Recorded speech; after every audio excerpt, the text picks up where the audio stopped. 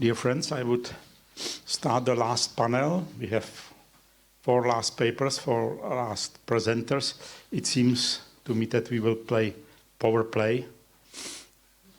Not so many people in the audience, but maybe some other people will join us.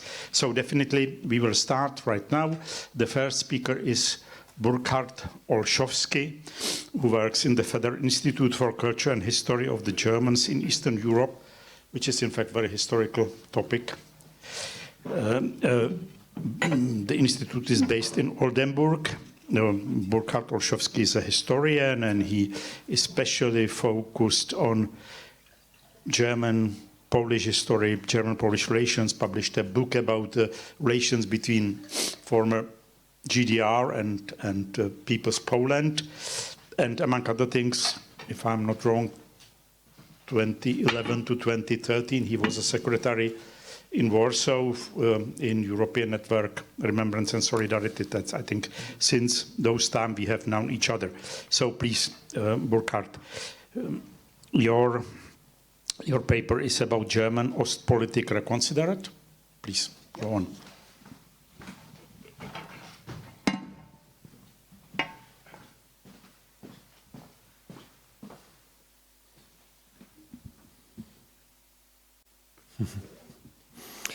Yeah, thank you, Oldřich, for the nice introduction.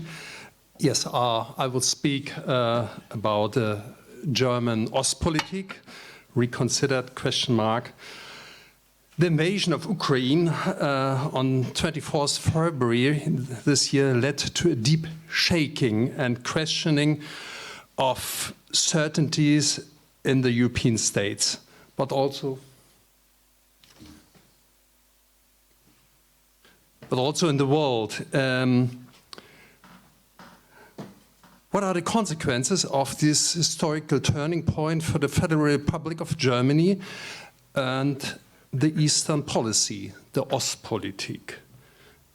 In order to give a cursory answer to this question, I would like to take a closer look to the German Ostpolitik and the older, more recent German stance toward Russia and Ukraine, before at the end I come to some conclusion. Let me begin very briefly describing the history and the emergence of German Ostpolitik. Remarkably, the West German Ostpolitik had one of its most important origins in the Cuban Missile Crisis of 1962, which can rightly be described as a caesura in world history. The political scientist Richard Löwenthal, who was at that time teaching as a professor for political science at the Free University in West Berlin, linked the outcome of the Cuban Missile Crisis of 1962 with the Berlin crisis a year before, and came to the following conclusion. The consequences of the war was a consolidation of the Soviet status quo in Central Europe, and the consequences of the missile crisis in Cuba was a consolidation of the Western position in world politics, including the position in West Berlin. The turn towards world political détente, still initiated by Kennedy and Khrushchev, take place on this basis.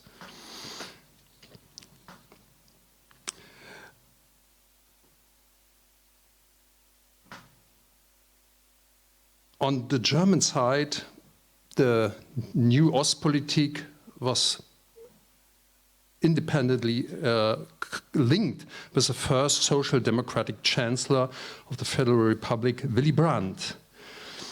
And a narrow sense of the word German Ostpolitik aimed to achieve a balance with the Soviet Union and the East European states, and ultimately to overcome the status quo, in particular through politically and economically conceived principle of change through reapproachment, Wandel durch Annäherung. In the late 60s and in the half of the 70s, securing of European sphere of interests was also of importance for the Soviet Union. It created an important point later on for the treaties with Eastern European states and for the adoption of the KSZE Final Act in Helsinki 1975. 25 years after the Second World War, Germany's Ostpolitik also had an important content of understanding, even reconciliation, which was fruitful vis-à-vis Poland and Czechoslovakia or CSSR, and removed the image of a revanchist West Germany that had been propagated for decades in Warsaw and Prague, and thus also an important source of legitimacy for the communist leadership, in particular in those both countries. But then you can distinguish between the first phase of German Ostpolitik in the 70s and the second phase of the German Ostpolitik, so in the 80s. And the turning point was certainly the emergence of a Solidarność movement in Poland. Because the previous Ostpolitik reached its limits for two goals of détente: strategic stability of the system and political freedom of people, like the Solidarność wished, came into an internal contradiction to preserve the status quo at the same time and allowing them to be undermined. Even more, Solidarność was allegedly considered as a threat to peace. This assessment expressed was by Willy Brandt, Helmut Schmidt, Egon Bahr, well, then the main figures of a social democracy or even chancellors. But there were also social democrats who thought differently, but they were not politically influential as the mentioned ones. These were, for example, the political scientist Gesine Schwan, the historian Heinrich August Winkler, the politician Hans Koschnick, and also the political scientist Karl Kaiser. They were practically as well as journalistically committed to East European dissidents, but their commitment remained in a minority among social democrats. The Christian Democrats under Helmut Kohl, who came in power in 1983 as a chancellor, essentially continued the Ostpolitik, also avoiding contacts with East European oppositionists for a long time. The peaceful revolution then in autumn 1989 in East Central Europe, but also in the GDR, were welcomed in a federal republic and also worldwide as a harbinger of a new era. And the contribution of German Ostpolitik to this development was readily and somehow unduly emphasized in Germany because of these contradictions which I already mentioned. The Federal Republic and the GDR benefited greatly from these upheavals and from this peaceful revolution because of the German reunification. But in fact, the strikers in Poland in 1980 and the following years, and also to some extent the street demonstrators in the GDR in autumn 1989, had much greater influence on this development than the official German policy or the Ostpolitik. In whose horizon the expectation of German reunification did not lie. So there was not foreseen in Bonn or almost any other capital that a German reunification might happen. There were just few visionaries, and some of them actually were among these opposition protagonists, in particular in Poland. The prevailing German foreign policy paradigm in the 1990s, so after falling down the communism, assumed that the armed confrontation were explained by misunderstanding and lack of communication. Now, political dialogue, cultural exchange, economic cooperation, instead of military alliance and defense efforts, were considered as essential and sustainable for national security and peace. The war in Yugoslavia and the military deployment in Kosovo in 1999 were seen in Germany as exceptions of the rule. With the collapse of the Soviet bloc and the beginning of an EU and NATO enlargement in the 90s, the assumption that the establishment of internal security was an ethical and strategically unproblematic task was reinforced. A misconception that was based primarily on two false assessments: the low-cost protection of Western Europe by US troops in general, and in particular in Germany, and moreover, Germany has exclusively surrounded and closely linked by friendly nations and alliances for over 30 years. So there was no seen any necessity of, well, any national defense. The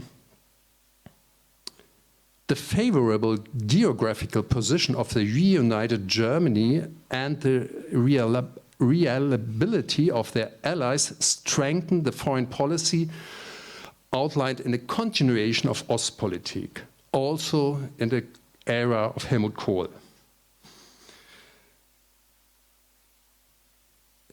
After 1990 or 1991, the concept of German Ostpolitik was somehow developed under the banner of reapproachment through integration. That was driven mainly by economic cooperation. And it was based on the assumption of a convergence of interests with Russia. It was said that Moscow also wanted to modernize its economy and society. And this was expressed in particular in a cooperation of the energy sector, despite the warning voices from the Baltic states and from Poland. And a particular figure, well, I have to mention it here, was the third chancellor from the Social Democrats, Gerhard Schröder, cultivated such personal, close relationship with a new Russian president, Vladimir Putin. There were no room left for criticism of Russia's democratic or constitutional deficits. The Nord Stream pipeline project, which Schröder agreed on with the Russian president shortly before he was leaving his chancellery in 2005, was a political disastrous and morally reprehensible, not only in the view of Gerhard Schröder's personal interests.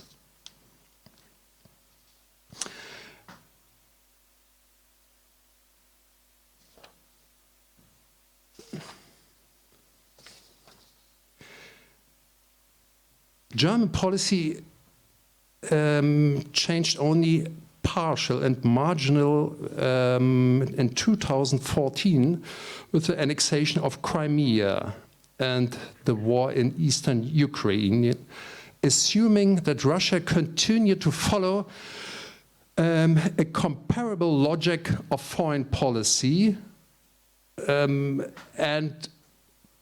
the Germans' policy came then in a dilemma. Once they wanted to continue a cooperation, on the other hand, they had to react somehow on the annexation of Crimea. So in a kind of modest confrontation, for example, with the sanctions, with the economic sanctions. But nevertheless, this contributed to the misconception in early 2000 22 that the Russian troop build-up were merely a negotiation tactic, but not a real threat. Angela Merkel's government, as well as many other West European governments, still considered themselves in the line of a long-lasting peace period after 1989. A new major territorial or conquest war on European soil was considered by the majority of observers as impossible. So then the shock on 24th February, the day of Russian invasion in the whole Ukraine, was tremendously. The challenges facing the German government was unprecedented. Olaf Scholz's government launched into a potential long-lasting war that radically undermined two foundations of the German Federal Republic.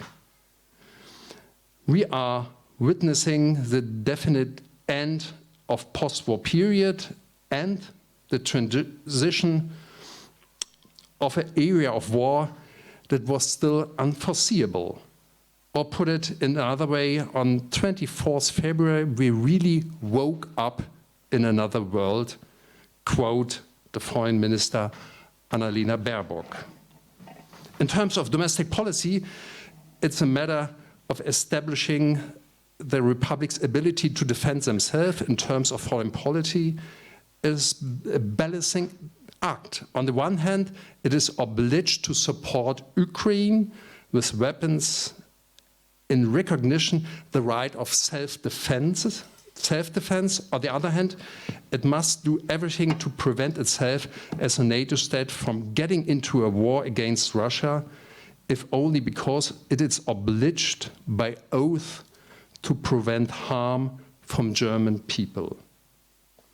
Nevertheless, the actual political social task continues.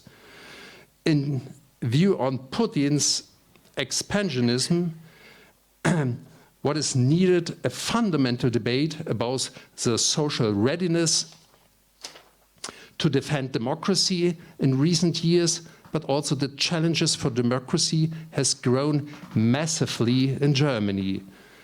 This is particular. Okay. This is particularly true if you look then to the far left and far right parties in Germany, in particular the Alternative für Deutschland, Alternative for Germany, and its milieu, which has traditionally a close link to the Kremlin and is probably also co-financed by the Kremlin. Since 24th February, there has been an intense public debate in Germany about Germany's policy towards Russia and Ukraine,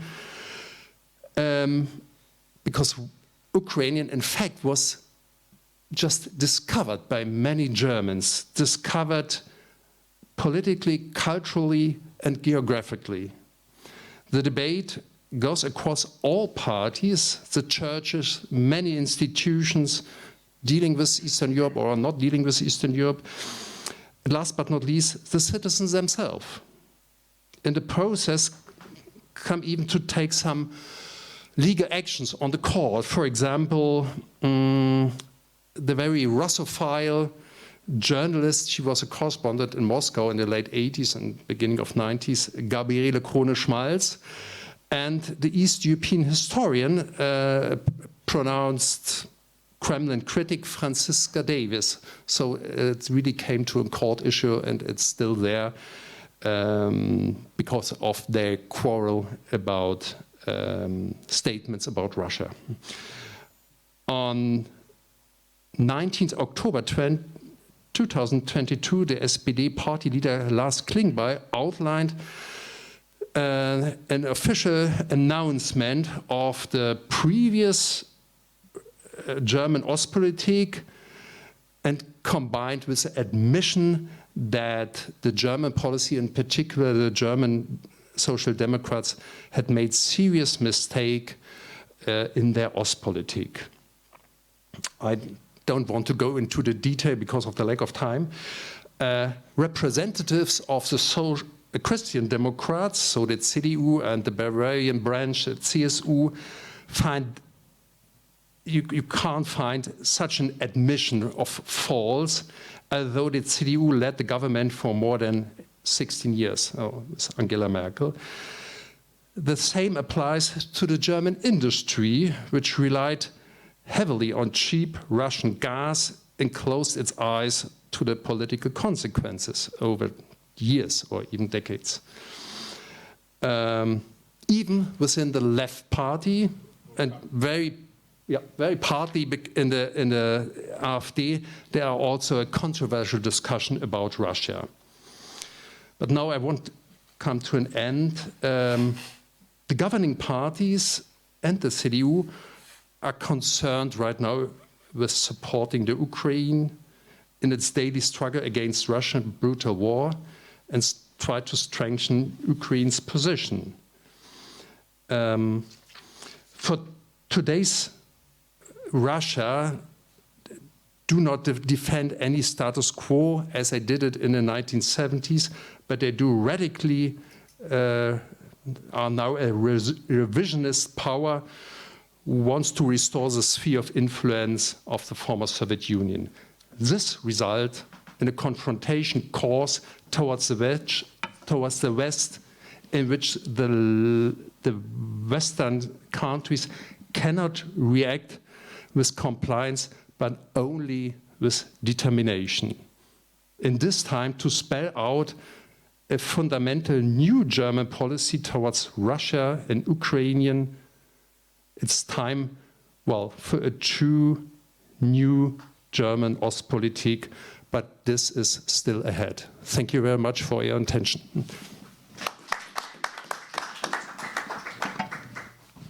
Thank you very much. So the next speaker will be Gábor DANYI from Budapest, but currently working for European Network Remembrance and Solidarity since several years. You've been working there, that's why we know each other, and that's why he was another victim I forced to come to Prague and to tell us something.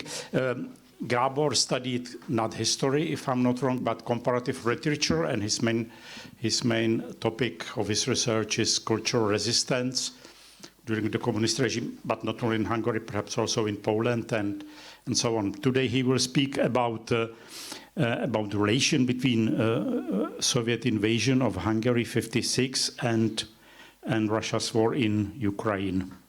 Please.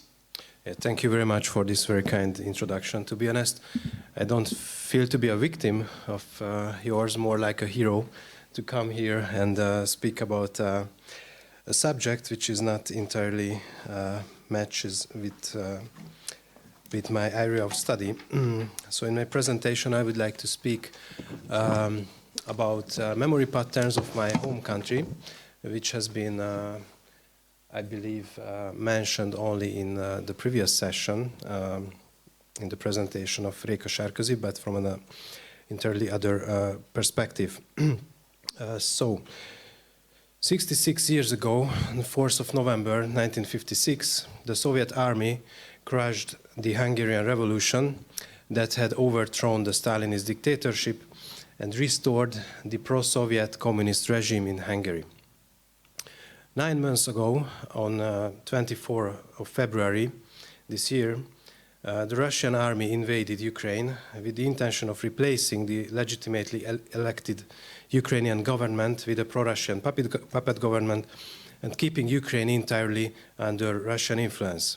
So the parallels are striking, especially when framed in terms of Russian imperialism. From this point of view, Hungary in 1956 and Ukraine this year were also victims of Russian imperialism.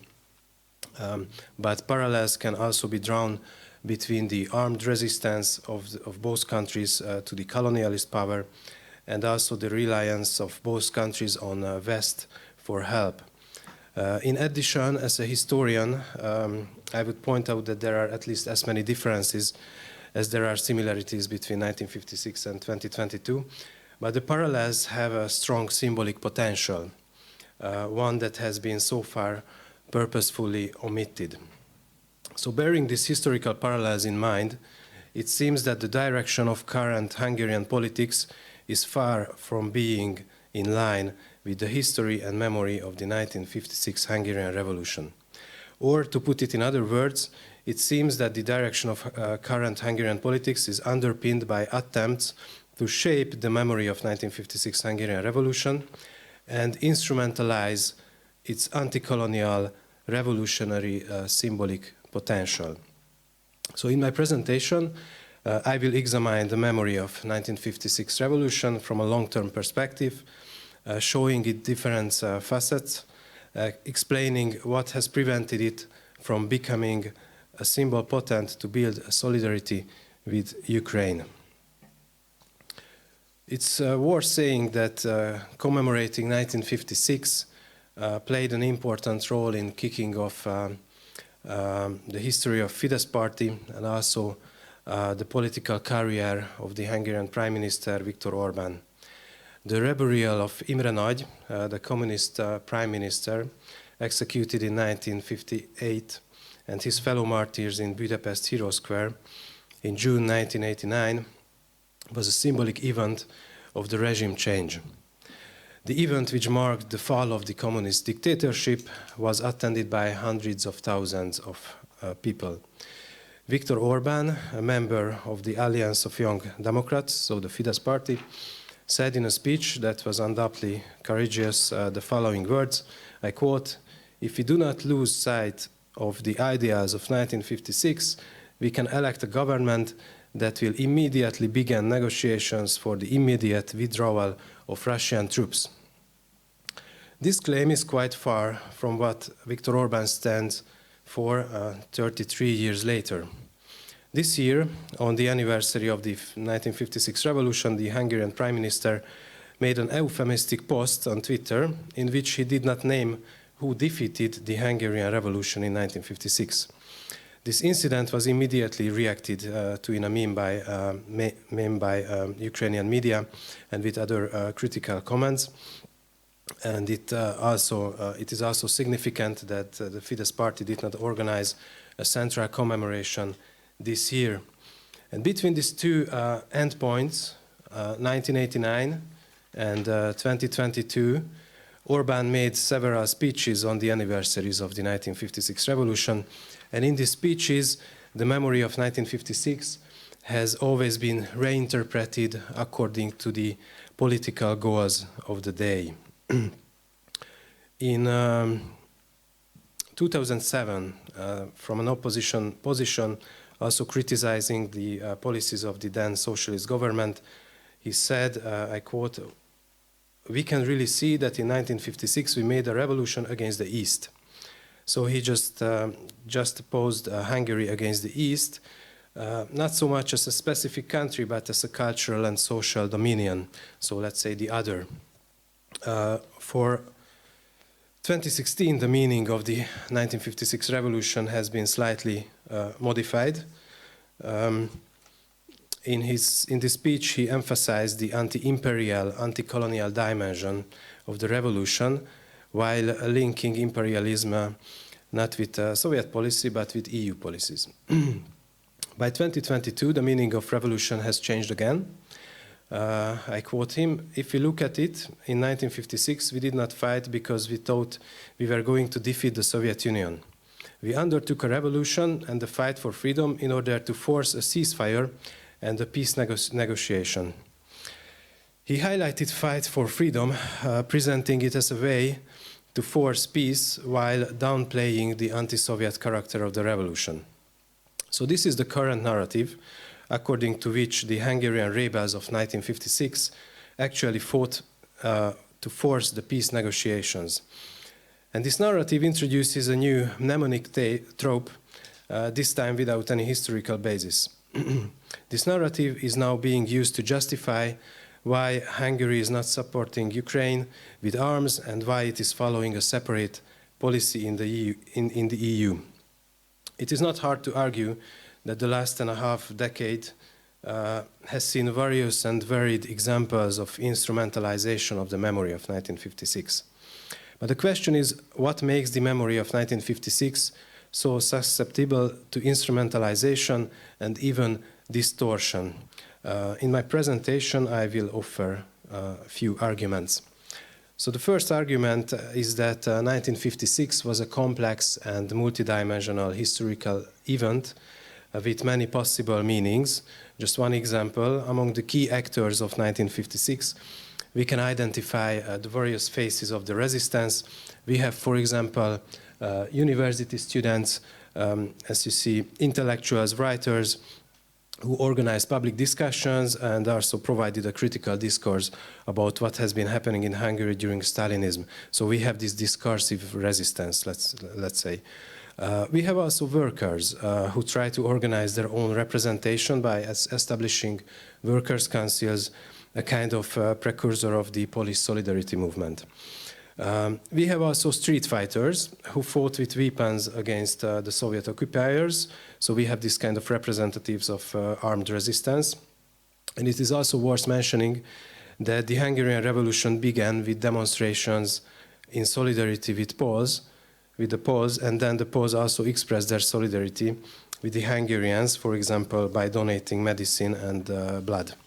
By the way, one of the most sympathetic commemorations for me was the opportunity to donate blood at the Polish Institute in Budapest a few years ago on the anniversary of the revolution. And this form of commemoration reiterated an important gesture of the revolution, added to it the value of solidarity, and provided real help for those in need. The politics of memory in Hungary, as led by the director of House of Terror, Maria Schmidt, among others, has at the same time totalized the street fighter among the faces of the revolution, as was clearly seen in 2016 on the 60th anniversary of the revolution. On the one hand, this simplified the image of the revolution, making it one-dimensional, and on the other hand, made its meaning more and more abstract. So this is something similar which Alexei spoke about, like the empty figure of the fascist. This trope is something similar to it. It means it also downplayed the memory of the social solidarity and of resistance or mobilization different than the one based on physical fight. So this abstract figure of the street fighter, removed from his historical context, has become the important one, who with a kind of rhetorical gesture can fight anyone, that's why it's empty, be it the oppressor from the East or Brussels, be it an armed force or an international law or a sanction imposed by Brussels. The next argument is about the silenced revolution. After the Soviets finally crushed the uprising and appointed a puppet government headed by János Kádár, the Kádár government restored communist rule in Hungary and remained in power for 3 decades. After 1956, as you probably know, the Kádár regime began a harsh repression. Hundreds of people were executed, tens of thousands were sentenced to prison or interned. According to the official ideology of the communist Kádár regime, what happened in 1956 was a counter-revolution organized by imperialist powers to restore the capitalist feudal system which existed between the 2 world wars. And the narrative of counter-revolution was given full currency in Hungary, marked by this brutal repression. It was a constantly reaffirmed state propaganda narrative to which several newspaper articles, TV and radio programs were devoted, especially on the anniversaries. The Kádárist propaganda completely silenced the truth about 1956. The true memory of the revolution could survive only thanks to actors and institutions operating in emigration, such as Radio Free Europe. In Hungary, behind the Iron Curtain, the memory of the revolution was revived in the 1980s thanks to opposition and human rights groups. So that means that for 30 years the revolution existed as a silent, repressed, forbidden memory for a large part of the society, while the Kádár regime constantly reminded the Hungarian society of the repression, and insisted that the revolution was in fact a counter-revolution.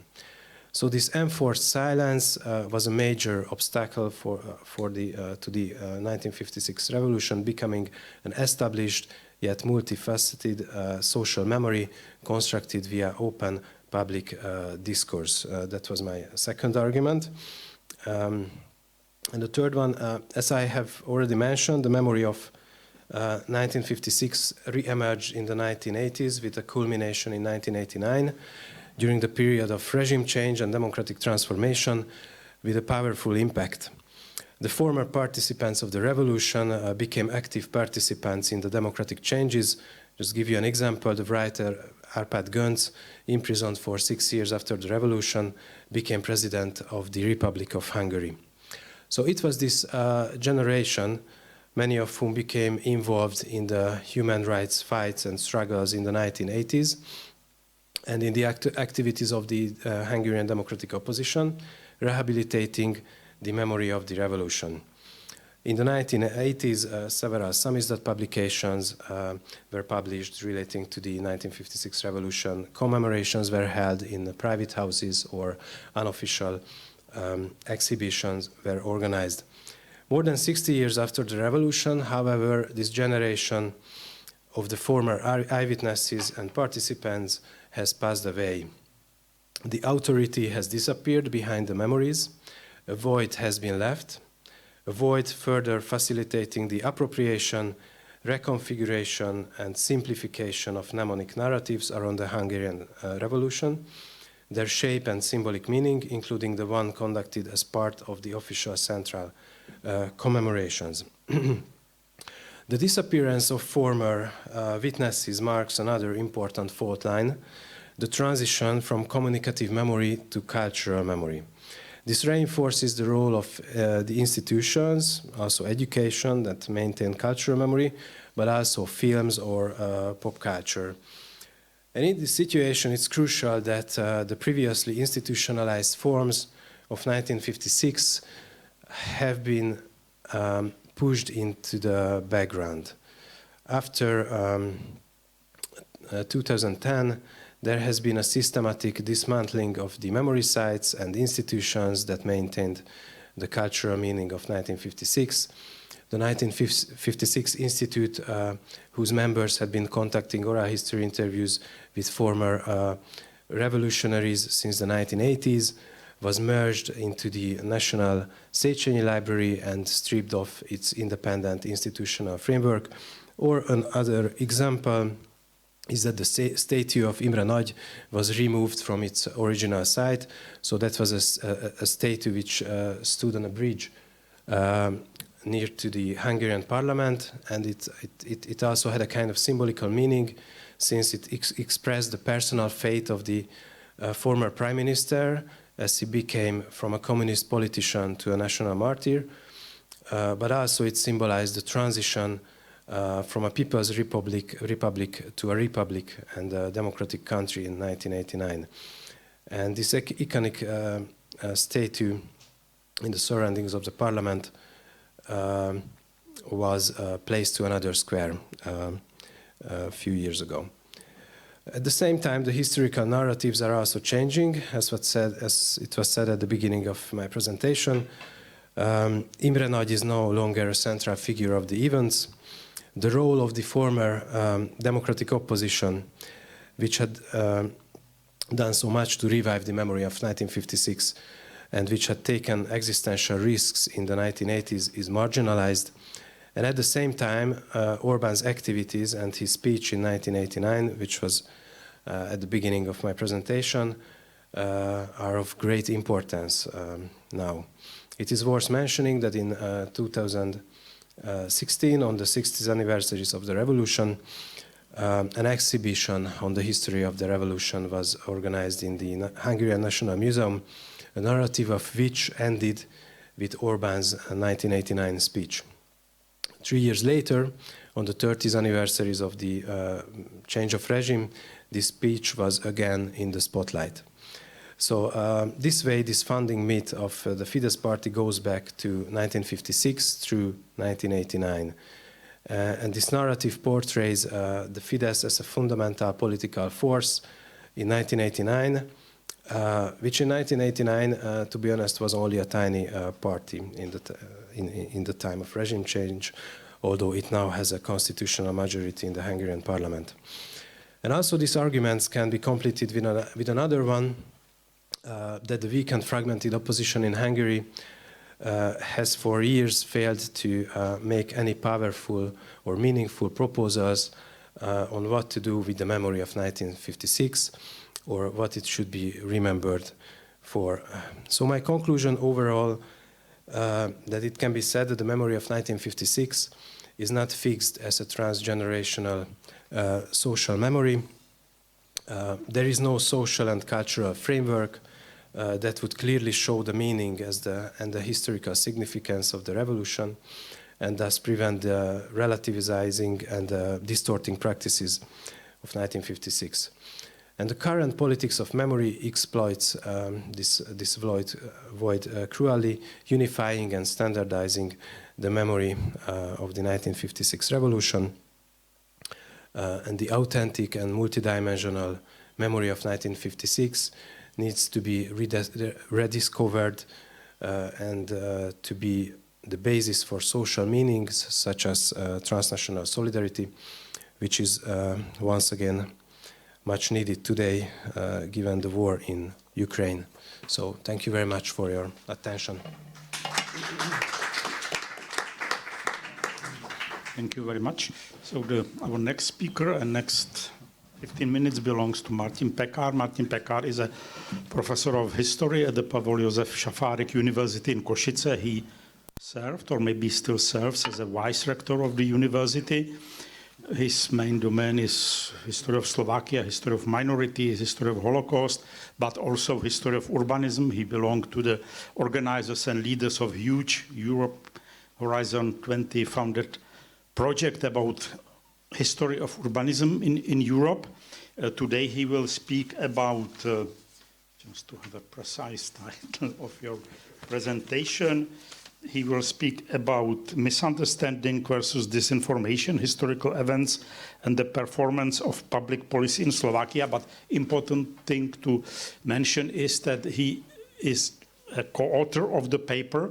Silvia RUČINSKÁ, who was another co-author for a reason that she is ill, cannot join us, but maybe you can say a few words about her. Mm-hmm. Yeah, please. Okay, thank you very much for the invitation and also for the introduction. Yes, Silvia RUČINSKÁ became ill, so she was not able to come with me. She's my colleague from university, from the Faculty of Public Administration, and her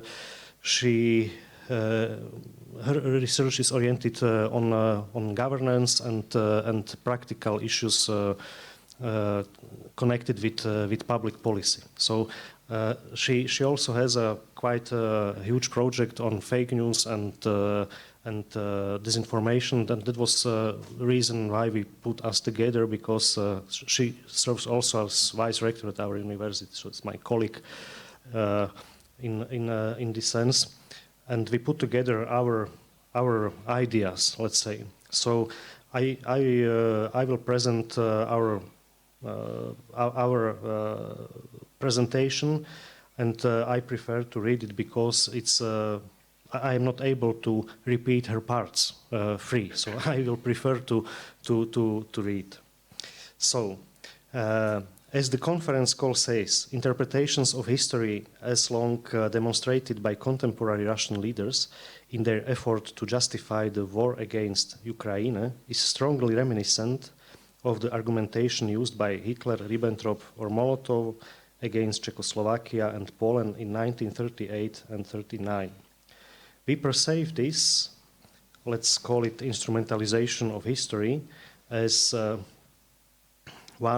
me, a historian working on the history of the 20th century, not as an expert on Russian-Ukrainian relations, and second, Silvia, as a political scientist working on the impact of this disinformation on the public policy performance. It is precisely because of this perspective, combining historical knowledge with today's experience and the optics of the border region, that the organizers of the conference invited us to comment on historical references towards the ongoing military conflict in Ukraine, in current political discourse, and on some related implication for public policy performance in Slovakia in qualified manner, but not based on a specific research. Thinking about one of the main questions of the conference, to what extent the historical memory affects current politics, can actually lead us to a simple answer if we take inspiration, for example, from Maurice Halbwachs. Historical memory is the reconstruction of selected specific components of the past. Its significance lies in the fact that it provides moral, political, or other lessons from the past, and as such it also has an educational message and predictive potential. As is well known, therefore, historical memory cannot be separated from current social frameworks. It corresponds to the ideas and needs of the present. Just as the expectation of the present are changing, historical memory is continuously being renewed, and reassessment of history is being called for. One of the several components of historical memory, according to Jan and Aleida Assmann, is political memory, which, as its name says, is directly connected with politics, more precisely with the ruling power constellation and institutions. Political memory is closely linked to the specific political goals of one cohesive group.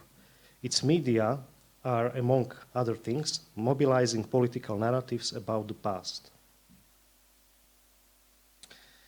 For the completeness, it should be added that historical memory is a part of the historical consciousness of the society, together with the individual lived experience, ideological interpretation of the history, and scientific historical knowledge. You see that some structure on your left-hand side, what I'm talking about. It's structure of the historical consciousness as such. Yeah. And four components, and you see the component historical memory has internal structure again, and I pointed it out because I'm talking about these categories.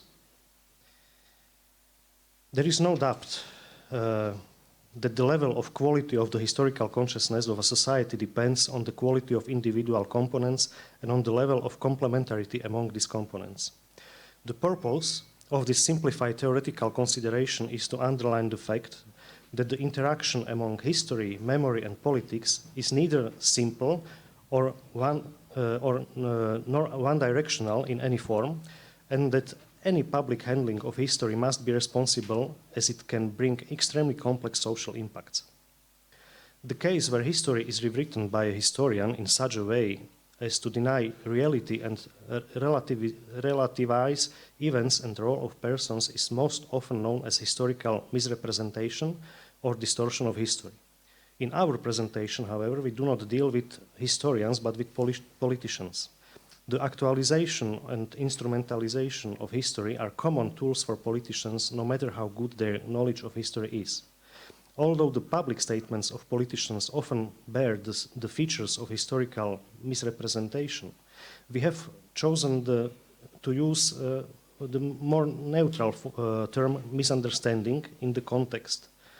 This term also contains an aspect of lack of intention to rewrite history, although this is what ultimately happens in the historical consciousness of society, as we have tried to explain briefly in the short theoretical part of the presentation.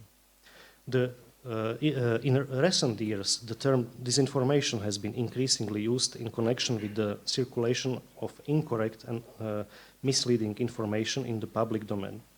It is an interdisciplinary and cross-cutting phenomenon and topic which is not possible to assign to a specific discipline. The topic is dealt with politicians, scientists, researchers, experts, authorities such as the European Commission, Council of Europe, and others. One of the relevant classifications was provided by Claire Wardle and Hossein Darakhshan, who separated misinformation, disinformation, and malinformation with the focus on harm and falseness of the content. This is second second picture. I hope you can read it. I cannot because I don't have my glasses now.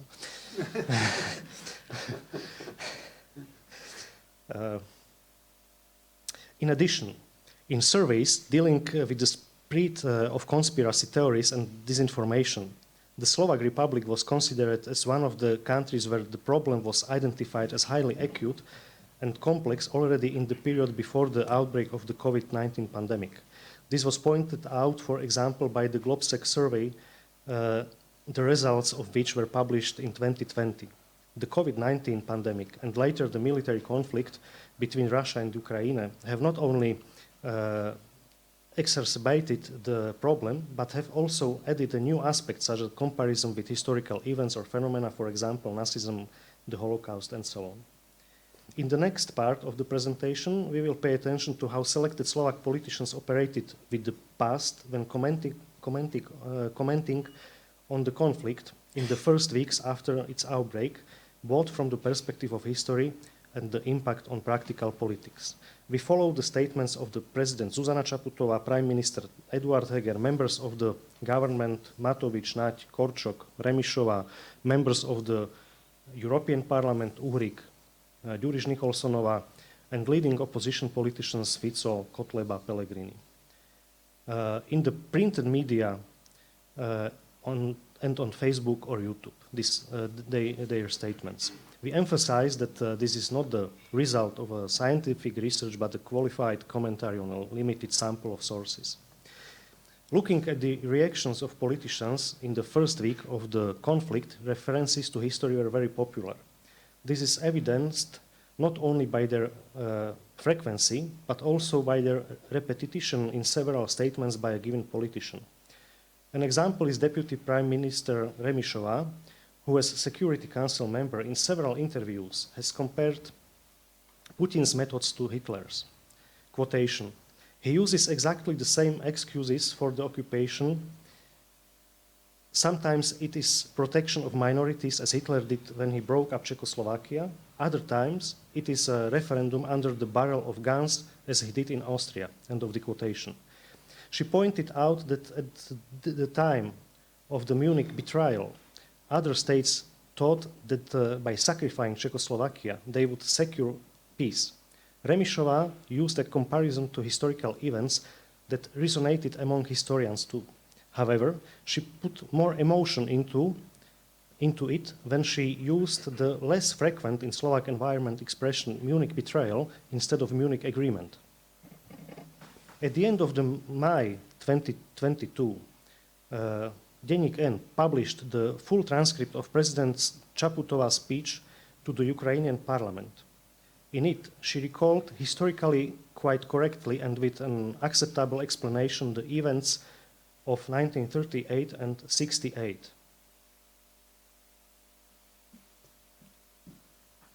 It's a quite long quotation, so I will not read it. You can see it.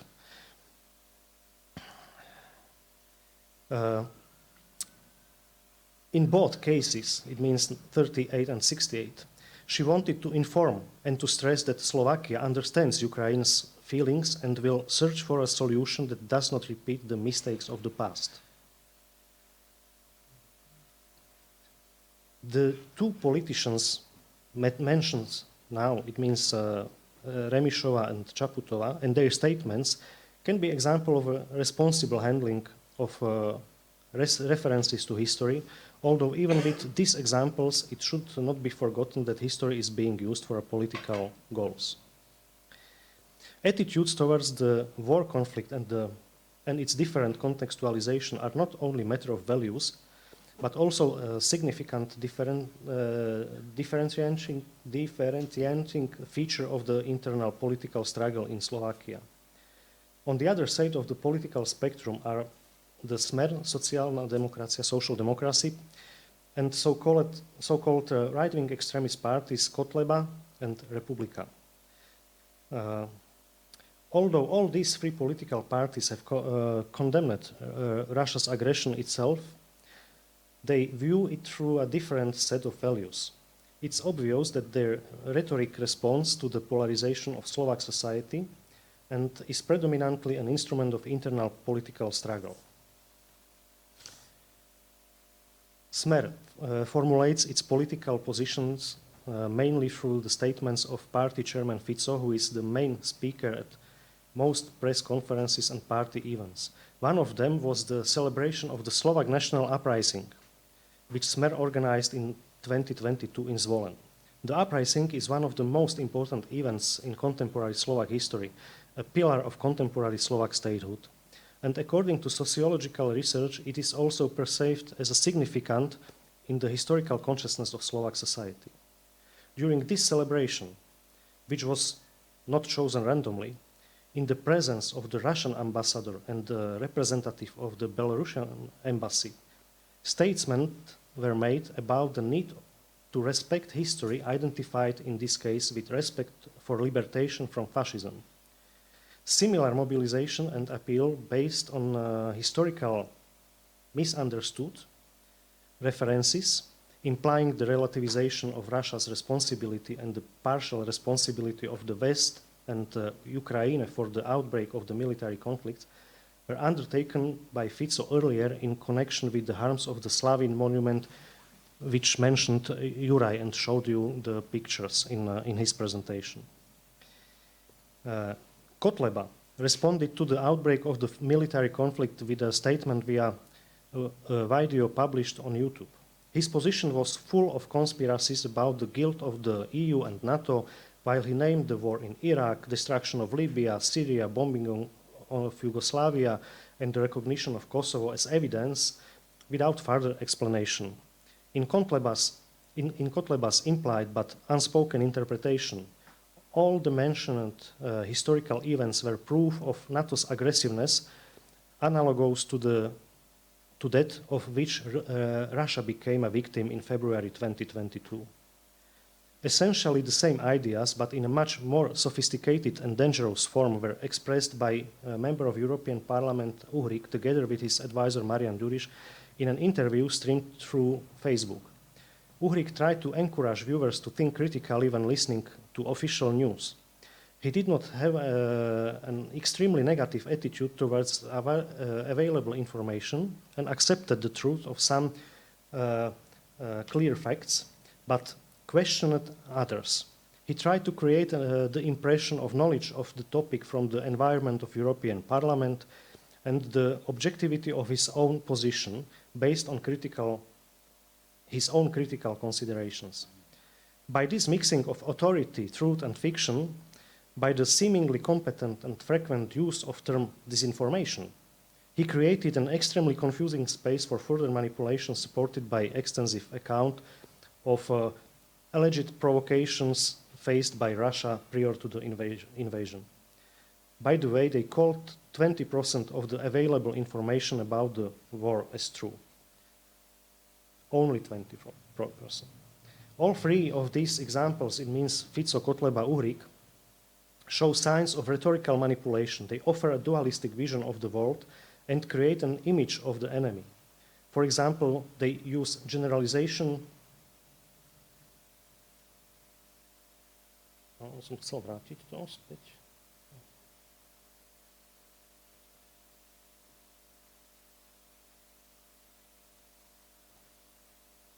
I would like to open this slide because you see this connection between disinformation and misinformation and so on. Because I mentioned this, I talk about these things now. So all of these three examples, Kotleba, Oldřich, and Fico, show signs of rhetorical manipulation. They offer a dualistic vision of the world and create an image of the enemy. For example, they use generalizations, metaphors of personal insults to create this image. Manipulation of facts, deliberate editing of information appears clearly in the speeches of Oldřich and Kotleba. Their statements carry clear elements of disinformation. Two brief comments, and I'm coming to the end. First one, comment on inappropriate comparison with correct content.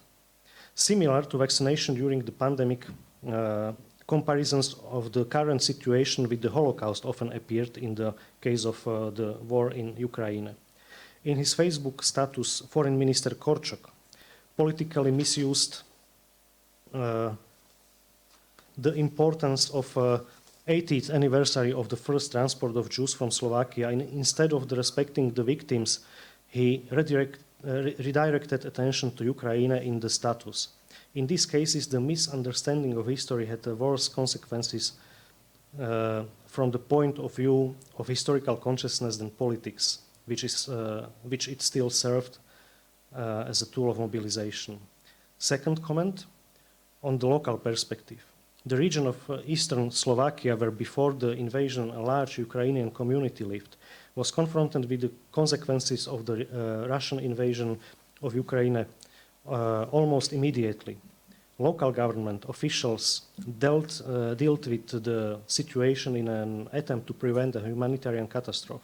Statements of local authorities were not directed to at the perception of the military conflict and its causes, but called on citizens to show solidarity and help. The specificity of the region, which in the background has limited discussion about the causes and nature of the conflict, is the persistent respect and gratitude to the Red Army, which at the turn of 1944-45 fought extremely difficult liberation battles on the territory of eastern Slovakia. And short conclusion, 2 or 3 sentences.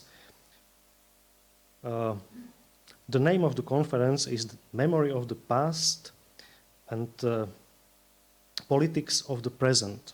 I would say memory of the past works in politics of the present in Slovakia in connection with the military conflict in Ukraine in all directions. The impact affects individuals and society and have political, economic, social and also ethical consequences which have to be a subject of a serious research and discussion. So thank you for this opportunity to discuss these questions here, and thank you for your attention. Thank you very much for your interesting paper. Among other things also, I would like to thank you that you are perhaps the only one of the speakers who didn't deny that memory of the past has a certain impact on the politics of the present, which was my original idea. Okay, so the last speaker of the conference will be David Svoboda. David Svoboda is a research fellow in the Institute for the Study of Totalitarian Regimes. Yesterday someone mentioned that in Germany there is no one expert on Ukrainian history. So I know at least 3 experts on Ukrainian history in Prague. David Svoboda is one of them. His research was and still is especially about Ukrainian nationalism, Ukrainian insurgent army and so on. Last year he published a really thick book about radical Ukrainian nationalism in the interwar period. And today he is going to speak about Ukrainian political radicalism in Czech public stereotypes of the 20th and 21st century. Please. Thanks a lot for introducing me and, of course, for inviting me. Ladies and gentlemen, my topic is gonna be a bit, so to say, intellectual, you know. I'm going to talk about a phenomenon which I deem very important in order to understand the present-day Czech prejudices, the activity of pro-Russian trolls with their anti-Ukrainian message, and the success and a relative success which we may observe in Czech intellectual environment, I would say after 2014. I mean, in my view, there's always been something specific about Czech views of Ukraine, like in a European context. Although there was only a relatively short period when the Czechs had to deal with the Ukrainian question directly.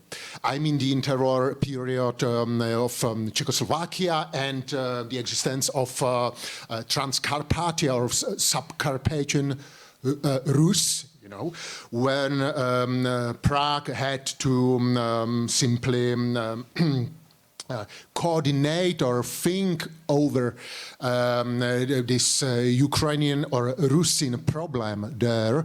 This period lasted only 2 decades, and it definitely ended in 1939. And still, I dare to say that there have always been a very prevalent, strong views of Ukraine and the Ukrainian question, which, without a precise knowledge of Ukrainian realities, economic, cultural, and so on, penetrated Czech minds, mostly in form of some radical phenomenons on the Ukrainian part. I mean, the Czechs have always been like attracted by some signs of Ukrainian, let's say, radicalism, violence, that it was like the violent traits of Ukrainian history, violent deeds and violent processes, which had a profound impact and found a profound echo in Czech minds. This might seem maybe paradoxical, and I don't mean to demonize no way the Ukrainians, and I don't want to make the Czechs stupid, but I just want, let me say some example and some chronology, what I mean by this definition. For example, there was also a positive side of this attraction to Ukrainian violence. It was the romantic enchantment of the Cossack myths. In the 19th century, there was a small number of Czech literary figures who found inspiration in the Cossack myths. For example, Ottokar Březina, Jozef Václav Frič, who as soon as in 1868 issued a pamphlet calling for a free Ukraine, so he was quite progressive in this sense, and he also belauded the famous personality of Cossack hetman Ivan Mazepa, Edvard Jelínek, and the others. But there was sure a negative aspect of this let's say tendency, and that was like a tradition of suspecting the Ukrainians or the protagonists of the Ukrainian national movement of being like German spies, being like German tool in order to undermine Slavic unity with Russia in the first place. So in the view of Czech conservatives and Czech nationalists, there was there could be no talk about an Ukrainian nationality, separate Ukrainian nationality. They all viewed this as a German intrigue inspired by Berlin or Vienna. But on the progressive part of Czech society, there was also much sympathy regarding the Ukrainian, or at least Western Ukrainian movement within the framework of Habsburg monarchy, because the Czechs shared a common fate with the Rusins, of how the Ukrainians or Western Ukrainians were usually being called those times, Ručins. Yeah, the word Ukrainians was not much frequented until, let's say, the first year of the 20th century. And nowadays it might sound quite paradoxical, and it shows the changes the Czech mind has undergone in the course of the last century, because in let's say 1908 the Czechs viewed, or the progressive part of Czech politics viewed the Ukrainians and Western Ukrainians as our brothers, so to say, brothers of destiny.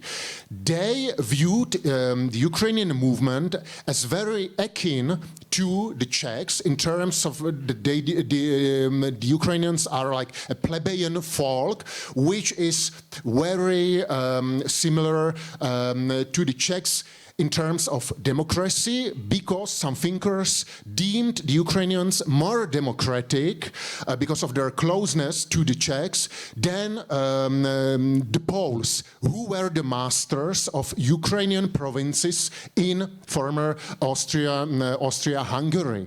And if I mentioned a concrete year, 1908, I did so because it was a year when there happened a very tragic and dramatic event in Galicia, in Lviv, when a young socialist radical student, Miroslav Sichynsky, killed governor of Galicia, Count Andrzej Potocki, which was quite a scandal because it was the first high-profile political assassination of those times in Austria-Hungary.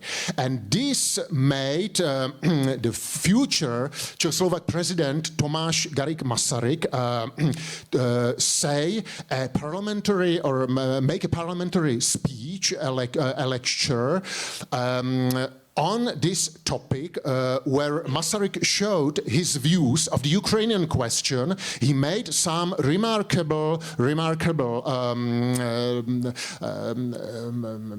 remarks, or noteworthy remarks. He repeated that we, the Czechs, are more democratic, definitely, than the Germans and then the Poles, and that the Ukrainians and that the young Ukrainian movement is also struggling to express its own will, despite the Polish aristocratic aspirations. He said directly, we, the Czechs, are more similar to the Ukrainians than we are to the Poles, because the Poles are aristocrats. And he also added that he hoped that there was no terrorist network, organized terrorist network in Galicia, and he hoped that Sichynsky was acting on his own because he said, in case of being a terrorist network there, that could be a much bigger problem, but at least it would be more controllable. If people, young Ukrainians, are acting on their own, that could cause some problems, like with identifying them and handling all this situation. There was, like in 1910, a coverage written for a Czech liberal journal, Čas. Masaryk also worked for this journal, and Masaryk's future cooperator, Bohdan Pavlou, made some very sympathetic remarks regarding the young Ukrainians, because he traveled across Galicia, and he said that he saw young Ukrainians very militant, like working in the tradition of the former Haidamakas, so Ukrainian insurgents in 18th century, and he also made a malevolent notion when he said that one needs a sharp axe for a hard wood. So what he meant by this, if the Poles are behaving in such a way, if the Poles hold the Ukrainians in low esteem, then that was no wonder that the Ukrainians responded in kind, and that they admired the assassinator, the young Sichynsky, who at those times, 1910, was dwelling in a prison in Stanislaviv before he escaped to the United States, and that was a very colorful personality. Okay, in the interwar period, it also might sound paradoxical, but the Czech lands became a safe haven for many Ukrainian immigrants from Poland, who were like students who were looking for better studying perspectives, and really it's no exaggeration when I say that Prague and other Czech towns became a cradle of young radical Ukrainian nationalism. The famous journal, clandestine journal Rozbudova Nací, was issued and published in the Czech lands and then smuggled into Poland. And Prague silently tolerated the activity of Ukrainian radicals, although the police circles often were worried and wrote reports where they warned against the organization of Colonel Konovalec, because there was no other name in the Czech police terminology for activities which we now know under the name Organization of Ukrainian Nationalists and Ukrainian Military Organization and so on. So these things were like quite unknown to the Czechoslovak police of those times, but still they viewed this tendency with certain sympathies when it came to Poland, because the relations with Poland were very tense at those times. This all changed after a certain rapprochement in 1934, after the assassination of Polish Minister of Interior Bronisław Pieracki, when these Ukrainian radicals were expulsed. But now it might sound paradox, because the Czech public space and Czech networks have been full of very critical remarks and propaganda against the so-called Banderites, you know, Banderivцы and radical Ukrainian nationalism. But the Czechs tend to forget that it was them who tolerated this movement, these tendencies, like 80 or 90 years ago. And what was the start of this topic of this anti-Banderite propaganda? It was, I would say, the first post-war years, because to put it short, and we are running out of time, sure, I'm aware of it, but to put it short, this like psychosis which put and brought this Banderovci topic, you know, which since that time has been still vivid up until today in Czech minds and discourse. You know, this was like the work of the post-war communist intelligence and police structures and apparatus. But now it might sound paradoxical, but the Ukrainian insurgents were first not viewed as a clear Ukrainian movement, but it was rather treated in ideological terms, Marxist-Leninist terms, even before the February 48 communist coup d'etat. And they were like depicted as a sort of renegades, strange people, and a mixture, what is most important, of not only Ukrainians, but also reactionary Poles, former German Nazis, and so on. There was no like clear definition of this phenomenon as a Ukrainian one. Yeah, there was also no mention of like Volhynian massacres, which is like a topic of Czech public debate, which is really horribly. You know, I don't mean like to negate or to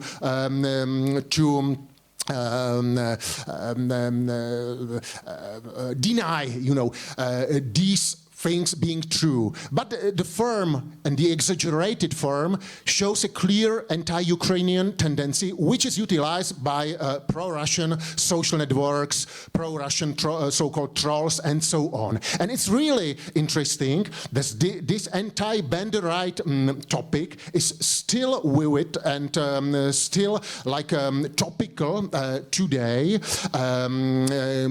considering that unlike, for example, Slovakia or not to say Poland, yeah, the Czechs had no direct like context or traumas, historical traumas. The penetration of some units of the Ukrainian insurgent army in the post-war years, 1945, 46, 47, okay, but this was just a like security matter, but that had nothing to do with some geopolitical critical results, critical problems. You know, these people, these members of Ukrainian insurgent army, like spread anti-Soviet propaganda, warned against spreading of Soviet influence in Central Europe, but still when it comes to direct victims, when it comes to losses in life and like the human toll, these were really individual units. Much more people perished during this ideologically fomented fight against the Banderivci in eastern Slovakia. I mean the young soldiers, ill-prepared young soldiers, and so on. But still, since that time, this topic hold and has been holding firm in Czech minds. It inspired a number of artistic works, like films, The Shadows of a Hot Summer from František Vláčil, famous Czech director, Pasáček z doliny, no, there's no time to translate it, and so on, and some books and so on. One cannot say that this was definitely, that was a product of communist propaganda. But the topic, as I have said, is still very actual, or it attracts much attention up until now. What was the, and I'm gonna end by this because I know that maybe I'm too long, but what was, I call it a revolution when it comes to the trend I'm talking about when it comes to a Czech perception of Ukrainians through the eyes of political radicalism. No, definitely I would say it was the year 2014, but not only in the Czech lands, and there is no doubt that the Russian propaganda spreading this, waging this war of memories, war of history, weaponizing history, that it doesn't concern only the Czech lands. But in the Czech lands, in Czech mentality, this production finds a fertile soil, so to say. There are some very global topics like Azov, which is part of the name of my contribution. Okay, Battalion Azov. There's always been much many worries about Ukrainian neo-Nazis and so on. But this is not a specifically Czech topic, and it's not a topic specifically targeted at Czech public. But in this sense, there's also a national legacy, so to say, when all these topics like Azov and so on, which are global, find also some resonance or echo in a very specific Czech way, which is the fight against the Banderites after the war, which is also a very special figure, which we can find very often, even in by authors who belong to a liberal part of the of Czech public life, but they also are using a very simplistic sentence that the Banderites in Volhynia in the Second World War massacred not only the Poles and Jews, but also the Volhynian Czechs. And this is a very specific, very, so to say, I would say targeted topic. Unfortunately, I don't know its author. We don't know who the authors of these pseudo-historical or exaggerated, twisted historical legacies were. But they could deserve a Nobel Prize, so to say, when it comes to the effect of their twisted and manipulating message, because as is obvious, it works. So thank you for your attention. I just wanted to draw attention to the fact that the Czechs should pay more attention to the tendencies and shifts in their perception of Ukrainian radicalism, because as has been noted, there was also a sympathetic stance toward Ukrainian radicalism. There was also a hint at a similarity of Ukrainian radicals and Czech heritage, plebeian, democratic, anti-aristocratic heritage. stage.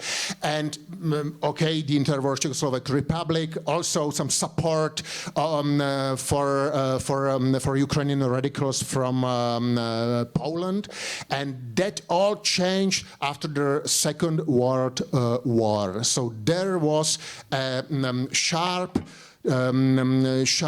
turn of Czech sympathies, of Czech perceptions, and this like rift is clearly visible even today. Since those times, we are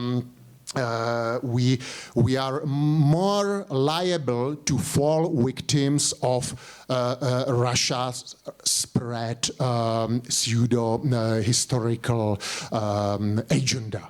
So thank you very much, and I'm sorry for maybe being too long. Thank you.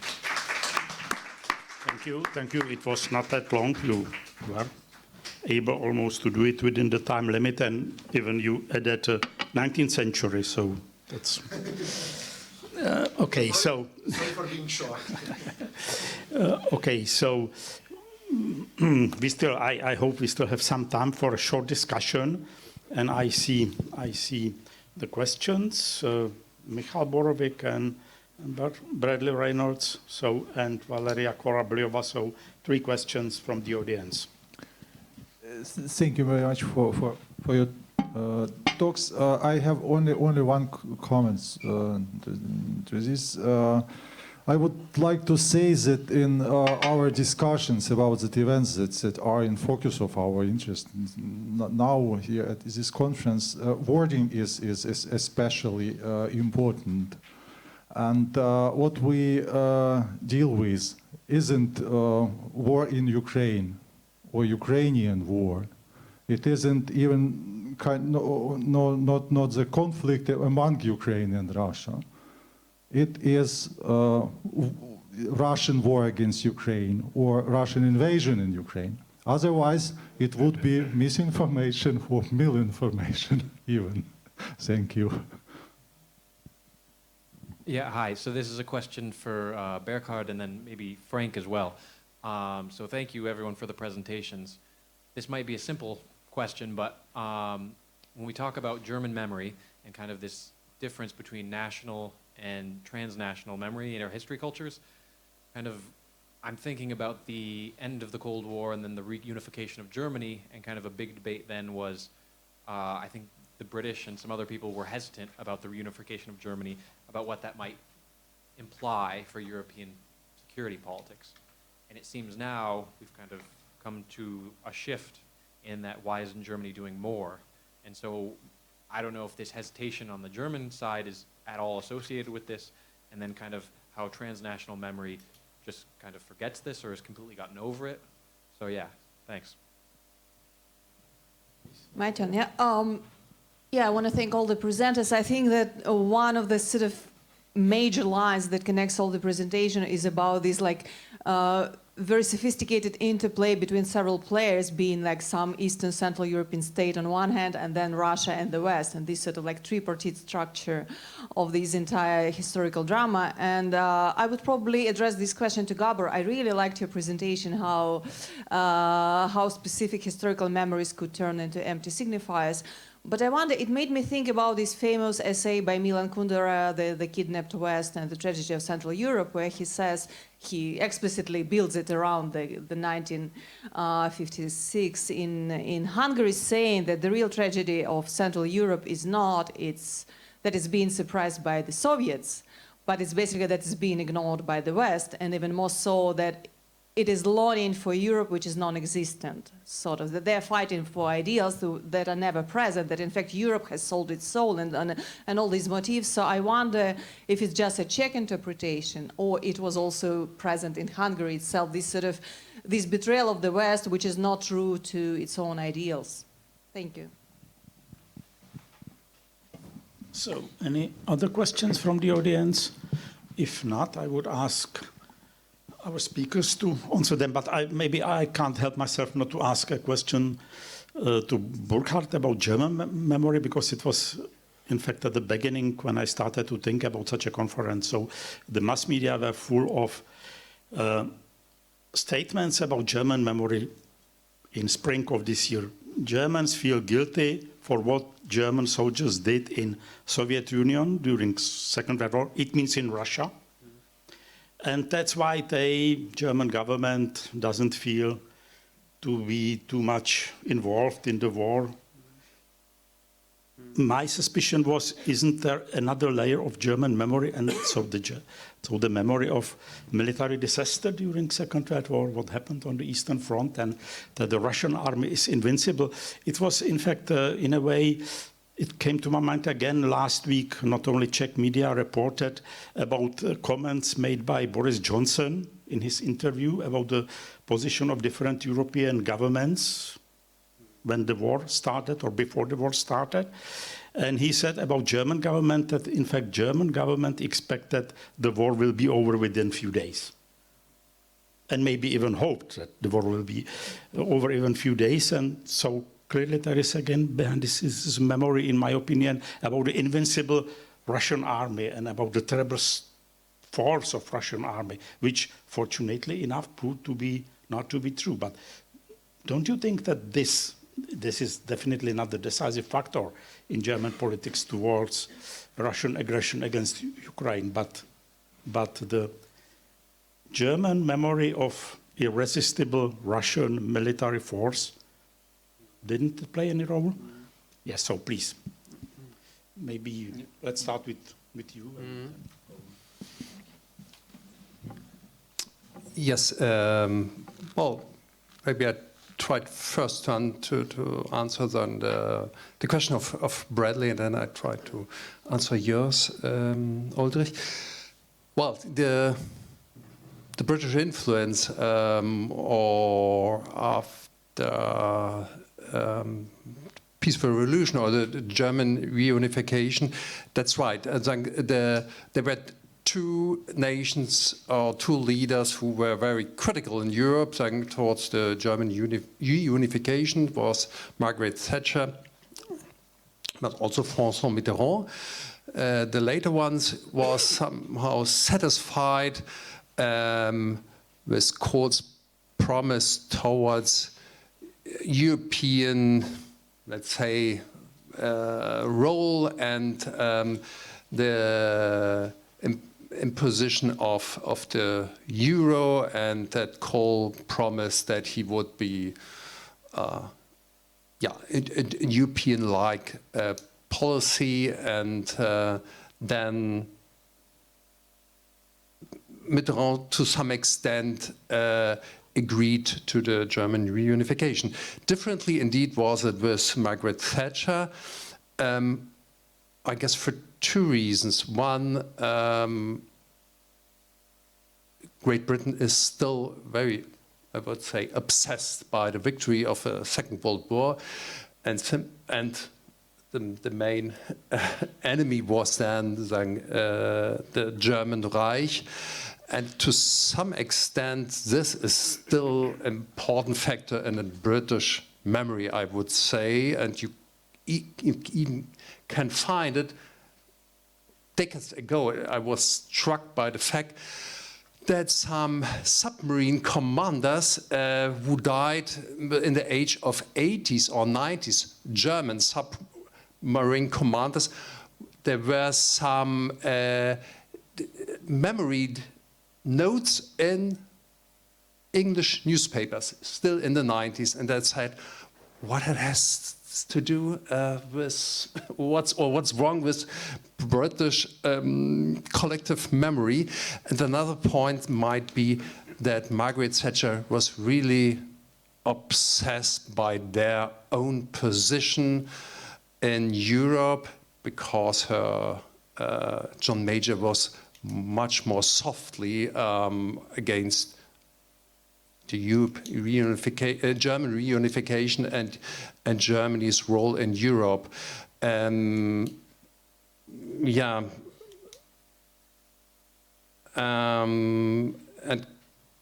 coming back to your question with the guilt of the past, connecting with Russia or the Soviet Union, there is certainly a point that it's part of a German culture of memory that we feel obliged to Russia because we invaded the Soviet Union in June 1941, and there was this fierce battle over years, and a lot of German soldiers were kept in captivity for years.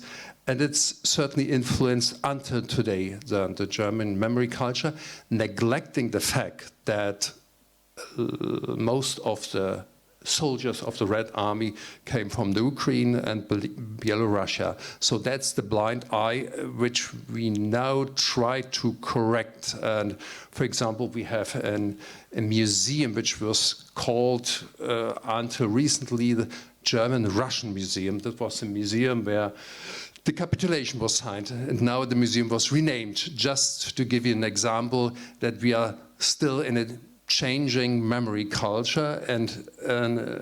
But you also, your question was more deeply, I would say there's still some or a lot of Russophiles in Germany who are try to legitimate using the German past and to speak about a certain special relationship between Russia and Germany, but that's also a kind of supervision and neglecting small countries, because the Germans regard themselves as a relatively big country in Europe and still have this tendency to respect Russian leadership and Russian at all. And there is unfortunately still then kind of split between East Germans and West Germans, but it's another debate or another question. Okay. You have your own? I have my own, okay. Valeria, thank you very much for this question. I think that this is a very important one, and I try to answer you very briefly. So the lack of Western assistance, I believe, also belongs to the multidimensional picture of the 1956 revolution, and it was definitely was present in the post-1956 era, so during the Kadarist times, and it was one of the most important elements of the Kadarist propaganda, since according to this counter-revolutionary narrative, Radio Free Europe was accused, first of all, to encourage these freedom fighters to continue the fight on the streets of Budapest, even in the moments when it was already obvious that there is no hope, and this way, like, underlying the lack of Western assistance and a kind of betrayal of Western powers, and through this suggesting that there is no other alternative, just communism, which is to say in Hungary. So this is like the post-1956 history of this element, but I think that it's still present in Hungary, especially if we speak about this general attitude of many people, this disillusion with the West, and it can come hand in hand with this misinterpretation, I believe, or interpretation of this war in Ukraine, that this war in Ukraine is not between Ukraine and Russia, but it's between Russia and the United States. So I think that there is also a kind of connection between these narrations and the elements of like the Western betrayal. So you are right, and thank you for this question.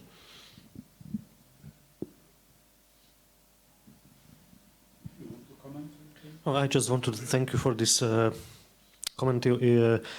I fully agree with you. I will check it, because it's sometimes a problem when two people write one text, but it's clearly right. Thank you very much. And I have another idea.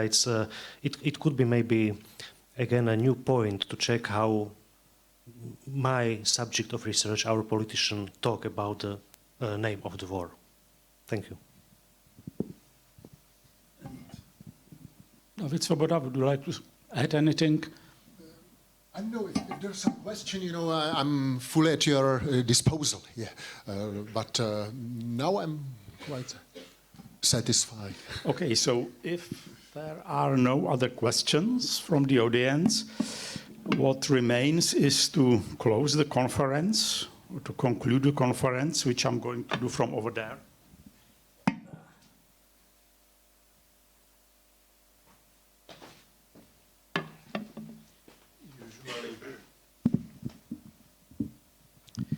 Usually there is someone who provides the audience with concluding remarks, but to my opinion, there is the only one person worldwide who can do it, and this is Tom Blanton from Washington, and we didn't invite him, so we will not have concluding remarks in proper sense of word.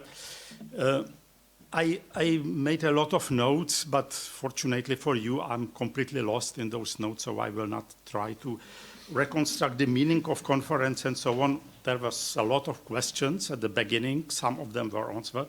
For instance, I was really interested in Hungarian memory and the reaction of Hungary on the Russian aggression against Ukraine. And Gábor explained to us that not only memory of the past could have an impact on the politics of the present, but politics of the present could try to change the memory of the past.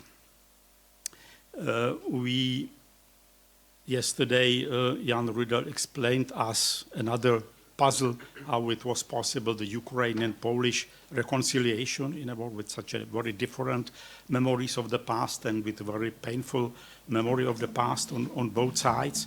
Now, on my last question, Burkhard explained something about the German memory, so some answers, but even more questions, new questions. So I really consider very important and useful the term of retrotopical practices introduced by Miloš Řezník yesterday, and I would really be interested, is there any link between what I would call soft retrotopical practices, like removal of statues Lenin from Helsinki or Pushkin from Kiev, Konev from Prague, or generally from Richmond, I don't know, and hard retrotopical practices like is an attempt to remove, let's say, Ukraine from the map of Europe, so to put it in a simple way. So is there a link between this, or is this soft retrotopical practices something which we can live with and so on? I think the most important message of this conference and what we were speaking about during last 2 days is something about Russian use of historical arguments. Look, during the during the Old Cold War, there was a slogan: Soviet Union is a upper Volta with missiles. Sorry for this is politically not correct towards Burkina Faso, but I'm just quoting that. I would say now Russia is a 19th century imperialist country driven by radical nationalism. And this is maybe even more dangerous than this, and with missiles, still, unfortunately, with missiles.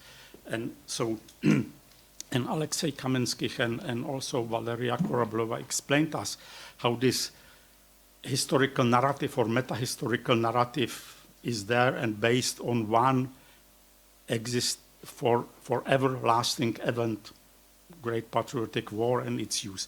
I think we have to understand that our task is, not our historians, but generally our Europeans, how to say it, is not to face this with another opposite narrative of history. Much better would be to deconstruct that narrative of history, as again Valeria Korablova explained us, and to keep with diverse memories today Reka Sarkozy very persuasively explained us or showed us how it is possible that one historical phenomenon could leave very different races in historical memory within one country, and to have this diversity within certain countries and among countries, I think is important thing, and we should keep it. Yesterday, maybe I didn't understand it correctly, but someone proposed that perhaps some aspects of Polish-Ukrainian memory should be forgotten for this moment or for this situation. I don't know. Look, Jan Riedel reminded us yesterday that really not very nice movie, Volhynia, about the massacres in Volhynia 43-44. I do remember that there was a statement which introduced that movie, and it said the victims of crisis, so the victims of interwar Eastern Poland, were killed twice. First by X, so they were murdered by Ukrainian nationalists, and then by silence. And this second murder is even more painful. So should we kill them for the third time? I don't think so. We simply have to live with different histories and with different historical memories, and we must not to try to use them as a weapon or as an argument for politics of the present. I think there is our responsibility as historians, and that perhaps we could, it seems to me, understand as a message of this conference, and let's hope we will do it in the future. So, time is over. I would like again to thank anyone, so people who helped us to organize it, Markéta Devata and David Weber, our student assistants, our partner organizations, again, for their organizational and financial effort, which made this conference possible to get the Institute for its hospitality, and especially to you, participants of the conference. I hope you will share my opinion that it was a success. I hope so. Yeah. So thank you again.